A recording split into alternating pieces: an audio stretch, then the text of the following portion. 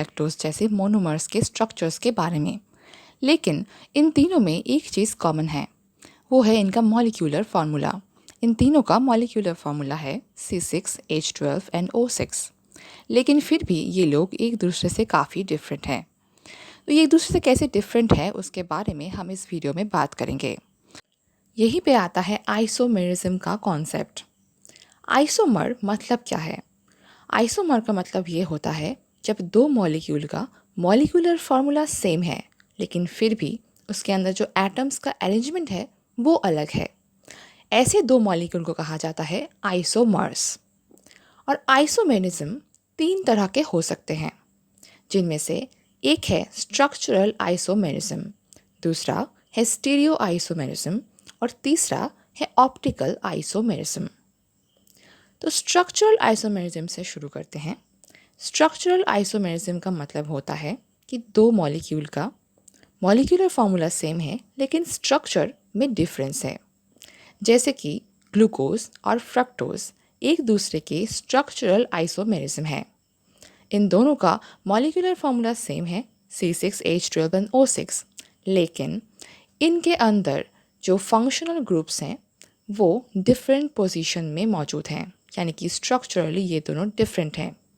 Glucose का functional group CHO present है number 1 पे और फ्रक्टोज का फंक्शनल ग्रुप C++O प्रेजेंट है नंबर 2 कार्बन पे। इसलिए ये दोनों एक दूसरे के स्ट्रक्चरल आइसोमर्स हैं। अब आते हैं ऑप्टिकल आइसोमर में। ऑप्टिकल वर्ड का मतलब होता है समथिंग रिलेटेड टू लाइट, यानी कि इसमें भी आइसोमेरिज्म में कुछ लाइट का काम होगा। तो ऑप्टिकल आइसोमेरिज्म दो तरह का हो सकता है, एक है डेक्स्ट्रो रोटेटरी और दूसरा है लेवो रोटेटरी। इसका मतलब ये है कि नेचर में कुछ ऐसे मॉलिक्यूल्स होते हैं जो ऑप्टिकली एक्टिव होते हैं, यानी कि उसके अंदर से जब लाइट पास करता है तब वो लाइट का डायरेक्शन को चेंज कर सकता है, यानी कि लाइट को रोटेट कर सकता है। अब रोटेट करेगा तो किस डायरेक्शन में रोटेट करेगा? या तो क्लॉकवाइज डायरेक्शन में रोटेट करेगा या फिर एंटी क्लॉकवाइज डायरेक्शन में रोटेट करेगा। तो इस डायरेक्शन के ऊपर डिपेंड करके दो टाइप का आइसोमेरिज्म होता है, एक है डेक्स्ट्रो और दूसरा है लेवो। डेक्स्ट्रो रोटेटरी जो मॉलिक्यूल्स होते हैं वो लाइट को क्लॉकवाइज डायरेक्शन में रोटेट करते हैं और जो लेवो रोटेटरी मॉलिक्यूल्स होते हैं वो लाइट को एंटी क्लॉकवाइज डायरेक्शन में रोटेट करते हैं। और रोटेशन किस डायरेक्शन में होगा ये डिपेंड करता है उस मॉलिक्यूल के स्ट्रक्चर के ऊपर। अभी सपोज करते हैं ये एक लाइट सोर्स है और इसमें से लाइट एमिट हो रहा है हर एक प्लेन में। लाइट एक इलेक्ट्रोमैग्नेटिक वेव है जो पास कर रहा है इस पोलराइजर से। पोलराइजर का मतलब होता है एक ऐसा मटेरियल जो लाइट के सिर्फ एक ही प्लेन के वेव को पास करने देता है, यानी कि जाने देता है। तो यानी कि इस पोलराइजर से जो लाइट का वेव निकल रहा है वो सिर्फ एक ही प्लेन में है, यानी कि एक ही प्लेन का लाइट यहाँ से जा रहा है। अब इस प्लेन पोलराइज्ड लाइट को जब हम एक शुगर सॉल्यूशन से पास कराते हैं तो हमको देखने को ये मिलता है कि इसका जो डायरेक्शन है वो रोटेट हो चुका है। लाइट रोटेट हो गया है एक पर्टिकुलर डायरेक्शन में। अगर इस शुगर सॉल्यूशन के अंदर ग्लूकोज प्रेजेंट है और इसने लाइट के प्लेन को क्लॉकवाइज डायरेक्शन में रोटेट किया है, इसका मतलब इसमें जो ग्लूकोज है वो डेक्स्ट्रो रोटेटरी ग्लूकोज है। अब बात करते हैं तीसरे टाइप के आइसोमेरिज्म के ऊपर, जो है स्टीरियो आइसोमेरिज्म। स्टीरियो आइसोमेरिज्म का मतलब है सेम मॉलिक्यूलर फार्मूला लेकिन different orientation of atoms in the space, यानी कि स्पेस में एटम का जो ओरिएंटेशन है वो अलग होता है। इसका क्या मतलब होता है थोड़ा सा समझ लेते हैं। स्टीरियो आइसोमेरिज्म दो टाइप का हो सकता है, एक है एनंशियोमर और दूसरा है डायास्टीरियोमर। एनंशियोमर का मतलब होता है मिरर इमेज। इसे समझने के लिए सबसे पहले एक ग्लूकोज मॉलिक्यूल को ड्रॉ कर लेते हैं। इस ग्लूकोज मॉलिक्यूल में हमने ऐसे ड्रॉ किया है ताकि OH यानी कि हाइड्रोक्सिल ग्रुप या तो राइट साइड में रहेगा या फिर लेफ्ट साइड में। अब इस मॉलिक्यूल के सामने अगर हम एक मिरर रखते हैं तो मिरर में जो इमेज बनेगा वो कुछ ऐसा रहेगा।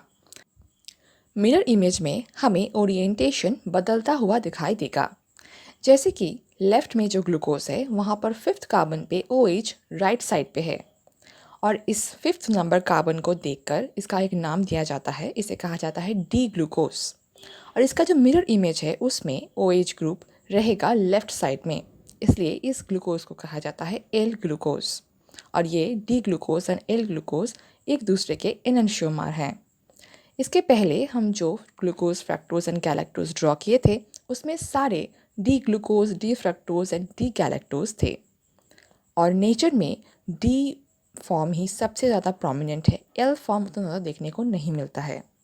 मॉलिक्यूल के हाइड्रॉक्सिल ग्रुप के ओरिएंटेशन के ऊपर डिपेंड करता है इसका ऑप्टिकल एक्टिविटी। जैसे कि डी ग्लूकोज है डेक्स्ट्रो रोटेटरी, वैसे एल ग्लूकोज है लेवो रोटेटरी। और फ्रक्टोज में उल्टा होता है, डी फ्रक्टोज है लेवो रोटेटरी और एल फ्रक्टोज है डेक्स्ट्रो रोटेटरी। क्योंकि डी ज़्यादा प्रोमिनेंट होता है इसलिए फ्रक्टोज को कहा जाता है लेवो रोटेटरी और ग्लूकोज को ओवरऑल कहा जाता है डेक्स्ट्रो रोटेटरी।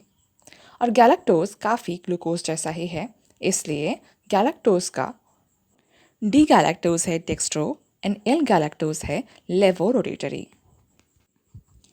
सुक्रोज जो एक डाइसैकेराइड है, यानी कि इसके अंदर 2 मोनोमर्स जुड़े हुए रहते हैं। दो हमने डाइसैकेराइड के बारे में अभी तक बात नहीं किया है, लेकिन सुक्रोज में एक अजीब ऑप्टिकल एक्टिविटी देखने को मिलता है, इसलिए हम इसके बारे में यहाँ पे थोड़ा सा डिस्कस करेंगे। सुक्रोज एक डेक्स्ट्रो रोटेटरी मॉलिक्यूल है with specific orientation of +66.5 degree. लेकिन सुक्रोज जब हाइड्रोलाइसिस करता है तब ये D glucose and D fructose में टूट जाता है। और ग्लूकोज हम जानते हैं कि डेक्स्ट्रो रोटेटरी है और फ्रुक्टोज लेवो रोटेटरी है। जिस सॉल्यूशन के अंदर सुक्रोज का हाइड्रोलाइसिस हुआ है वहाँ पर डी ग्लूकोज और डी फ्रक्टोज दोनों मौजूद है। तो इस सॉल्यूशन में जो ऑप्टिकल एक्टिविटी देखने को मिलेगा उसमें D glucose positive 52.7 degree dextro rotate करेगा और फ्रक्टोज -92 डिग्री लेवो रोटेट करेगा। तो अल्टीमेट जो नेट रोटेशन होगा वो होगा -39.3 डिग्री, यानी कि सुक्रोज का जो सॉल्यूशन है वो बन जाएगा लेवो रोटेटरी, जो कि पहले था डेक्स्ट्रो रोटेटरी। इसलिए सुक्रोज को इन्वर्ट शुगर भी कहा जाता है, यानी कि ये उल्टा हो जाता है, डेक्स्ट्रो से लेवो हो जाता है।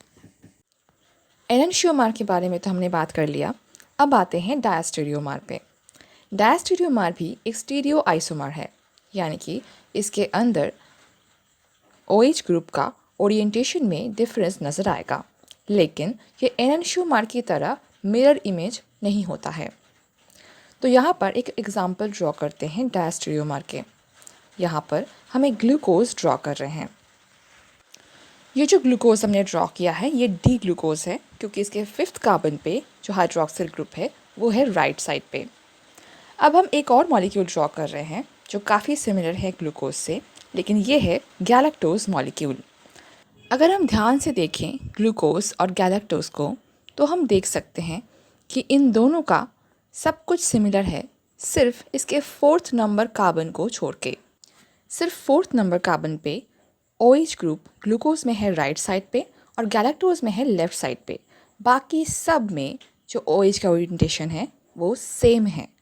ऐसे 2 मॉलिक्यूल्स जिनका मॉलिक्यूलर फार्मूला सेम है लेकिन सिर्फ एक कार्बन पे डिफरेंस, यानी कि ओरिएंटेशन का डिफरेंस देखने को मिलता है, उनको कहा जाता है एपीमर्स, यानी कि D glucose and D galactose एक दूसरे के एपीमर्स हैं। अब अगर ये ओरिएंटेशन का डिफरेंस उस कार्बन पे होता है जहाँ पर फंक्शनल ग्रुप प्रेजेंट है तो उन एपीमर्स को कहा जाता है एनोमर्स। और उस ओरिएंटेशन के डिफरेंस को हम प्रोमिनेंटली देख सकते हैं साइक्लिक फॉर्म्स में। तो अब हम साइक्लिक फॉर्म ड्रॉ करते हैं। यहाँ पर हम 2 डी ग्लूकोज मॉलिक्यूल ड्रॉ कर रहे हैं, लेकिन इन दोनों डी ग्लूकोज मॉलिक्यूल में जो एनोमेरिक कार्बन है, यानी कि जो कार्बन फंक्शनल ग्रुप कैरी कर रहा था लीनियर स्ट्रक्चर में, उस कार्बन को कहा जाता है एनोमेरिक कार्बन। यहाँ पर 2 ग्लूकोज के एनोमेरिक कार्बन पे जो OH का ओरिएंटेशन है वो अलग है।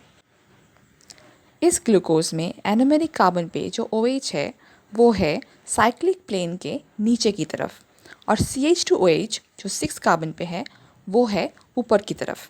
तो इनका जो पोजीशन है ये है ट्रांस पोजीशन, और ऐसे ग्लूकोज को कहा जाता है अल्फ़ा ग्लूकोज। और दूसरे ग्लूकोज में जो OH है एनोमेरिक कार्बन का, वो भी ऊपर की तरफ है प्लेन के, और CH2OH भी ऊपर की तरफ है, इसलिए ये दोनों 6 पोजीशन पे है, और ऐसे ग्लूकोज को कहा जाता है beta glucose. Alpha and beta glucose एक दूसरे के एनोमर्स हैं। एनोमर्स भी एक दूसरे के एपीमर्स होते हैं, लेकिन ये जो एपीमेरिज्म होता है वो होता है हेमी एसिटल और हेमी कीटल कार्बन पे, यानी कि एनोमेरिक कार्बन पे। अब तक हम बात कर रहे थे मोनोसैकेराइड्स के बारे में। इसके बाद आता है डाइसैकेराइड्स, जिसमें 2 मोनोसैकेराइड जुड़े रहते हैं ग्लाइकोसिडिक बॉन्ड से, जिसके बारे में हम बात करेंगे नेक्स्ट वीडियो में।